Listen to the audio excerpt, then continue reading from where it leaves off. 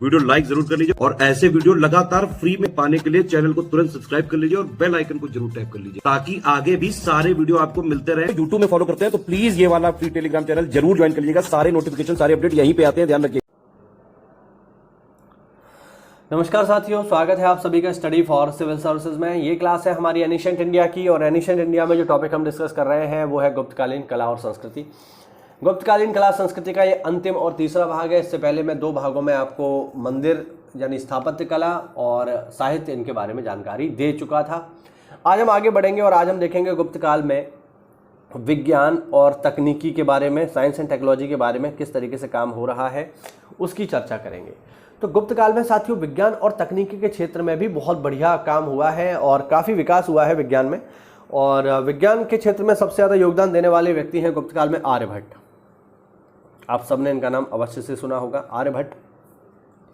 आर्यभट्ट के बारे में दो तीन चीज़ें पूछा जाता है। सबसे पहले आर्यभट्ट कहाँ पैदा हुए हैं, तो ध्यान रखना इनका जन्म हुआ है पाटलिपुत्र पटना में करीब 499 ईस्वी के आसपास। अब आर्यभट्ट ने एक बुक भी लिखी है जिसका नाम है आर्यभट्टीय। आर्यभट्टीय करके इनकी एक बुक भी है और आर्यभट्ट ने काफ़ी सारी महत्वपूर्ण चीज़ें जो है साइंस में दी हैं। एक एक करके उनकी बात करेंगे, ठीक है। सबसे पहले जो है आर्यभट्ट ने जो है दशमलव प्रणाली का विकास किया है, डेसिमल सिस्टम। दशमलव प्रणाली के जनक कौन है? आर्यभट्ट हैं, ध्यान रखना, ठीक है। दूसरा, आर्यभट्ट ने ही सबसे पहले बताया कि पृथ्वी गोल है। सबसे पहले, यानी आज से करीब 2500 साल पहले इस व्यक्ति ने केवल मैथमेटिक्स के माध्यम से प्रूव कर दिया कि धरती गोल है और धरती अपनी धुरी पर घूमती है, ठीक है। ये बहुत ही महत्वपूर्ण चीज़ें हैं जो आर्यभट्ट बता रहे हैं। तीसरा, अगर हम देखें तो यही वो व्यक्ति हैं जिन्होंने पाई का मान शुद्ध बताया दशमलव के 3 स्थानों तक। इन्होंने बताया पाई का मान होता है 3.141, ठीक है। तो ये बता रहे हैं वही, तो काफ़ी महत्वपूर्ण है। तो इतने ज़्यादा विद्वान व्यक्ति हैं साथियों आर्यभट्ट, और आर्यभट्ट ने ही बताया कि सूर्य ग्रहण और चंद्र ग्रहण क्यों होते हैं, इनकी वैज्ञानिक व्याख्या क्या है। तो आपको मानना पड़ेगा कि आर्यभट्ट बहुत ही विद्वान एक विद्वान व्यक्ति हैं जो कि गुप्त काल में मौजूद हैं। इसके अलावा अगर हम देखें तो अगले महत्वपूर्ण व्यक्ति हैं जिनका नाम है ब्रह्मगुप्त। ब्रह्मगुप्त भी एक जो है प्रसिद्ध ज्योतिषाचार्य आप इन्हें कह सकते हो, ठीक है। और ये भी एक वैज्ञानिक है। इन्होंने ही सबसे पहले बताया कि पृथ्वी के पास गुरुत्वाकर्षण है, ठीक है। तो पृथ्वी के पास गुरुत्वाकर्षण है, इस बात की जानकारी देने वाले सबसे महत्वपूर्ण व्यक्ति कौन है? वो है ब्रह्मगुप्त। इन्होंने न्यूटन से भी पहले ये बता दिया था कि पृथ्वी प्रत्येक चीज़ को अपनी ओर आकर्षित करती है। बस इनकी कमी ये रही कि इन्होंने इसको कोई नाम नहीं दिया। बाद में न्यूटन के ऊपर जब सेब गिरा तो उसने जो है बता दिया कि ग्रेविटी है, इसलिए उसको उसका जो है मतलब प्रसिद्धि मिल गई। इनको उतनी प्रसिद्धि नहीं मिल पाई, ठीक है। और साइंस के क्षेत्र में आगे देखें तो अगले जो महत्वपूर्ण व्यक्ति हमारे पास वो है वराहमिहिर, ठीक है।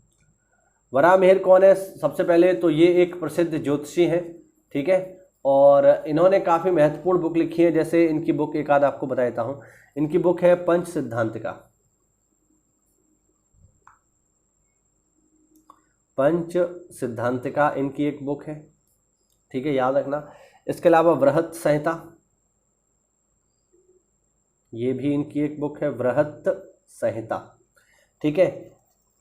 और इनकी एक बुक है वृहत जातक और चौथी बुक है लघु जातक, ठीक है, लघु जातक। तो ये 4 किताबें इन्होंने यहाँ पे लिखी हैं वराहमिहिर ने, जो कि कौन है? एक एस्ट्रोलॉजर है, ठीक है।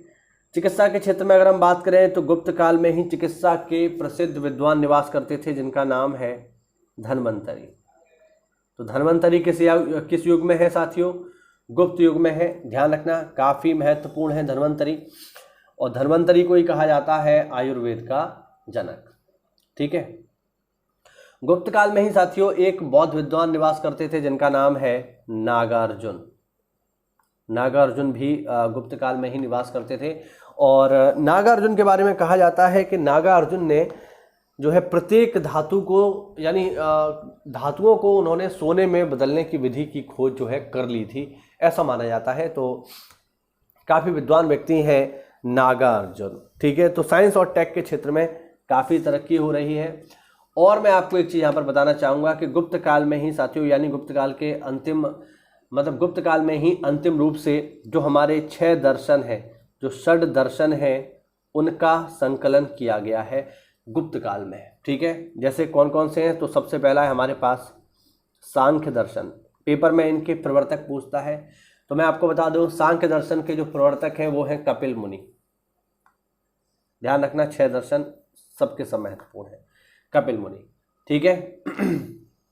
और मैं आपको बता दूं कि महात्मा बुद्ध के जो पहले गुरु थे आलार कलाम, वो सांख्य दर्शन के ही विद्वान थे, याद रखना। दूसरा दर्शन है योग। योग के दर्शन, योग के कौन प्रवर्तक है, तो सबको पता है, ये है पतंजलि, ठीक है, ठीक है। तीसरा दर्शन है हमारे पास न्याय। न्याय दर्शन के जो प्रवर्तक है वो है गौतम ऋषि, ठीक है, याद रखना गौतम, ठीक। चौथा है वैशेषिक। वैशेषिक, वैशेषिक दर्शन के जो प्रवर्तक है वो हैं कणाद, ठीक है। और कहा जाता है कि कणाद ने ही सबसे पहले परमाणुवाद की जो सिद्धांत है इसको दिया था। एटम का जो सिद्धांत है वो सबसे पहले कणाद ने ही दिया था, ठीक। अगला जो हमारे पास 5वें नंबर का जो दर्शन है वो है मीमांसा। और मीमांसा के जो प्रवर्तक है साथियों मीमांसा दर्शन के, वो हैं जैमिनी, ठीक, जैमिनी। मीमांसा का अर्थ क्या होता है? मीमांसा का अर्थ होता है तर्क करने की कला, यानी जिसे हम कंपटीशन के भाषा में बोलते हैं रीजनिंग, वही है। और छठा दर्शन है हमारे पास वेदांत। और वेदांत दर्शन के संकलन करता है बादरायण। तो ये है हमारे 6 दर्शन जिनको हमने देखा। और ये सारे के सारे कब संकलित किए गए हैं? अंतिम रूप से इनको अंतिम रूप से संकलित किया गया है गुप्त काल में, ठीक है। इसके अलावा कुछ और भी दर्शन हैं जिनके बारे में थोड़ा सा मैं आपको जानकारी दे देता हूं। जैसे एक दर्शन है यहाँ पे चारवाक, चारवाक दर्शन भी है। चारवाक दर्शन के जो चारवाक जो दर्शन है वो भी आपका गुप्त काल में ही देखने को मिलता है, ठीक है। और चारवाक दर्शन के जो संस्थापक है वो माने जाते हैं बृहस्पति, ठीक है, चारवाक दर्शन है। एक दर्शन और भी है गुप्त काल में जिसका नाम है आजीवक। और आजीवक संप्रदाय के जो जनक माने जाते हैं उनका नाम मैं लिख देता हूं, उनका नाम है मक्खली घोषाल।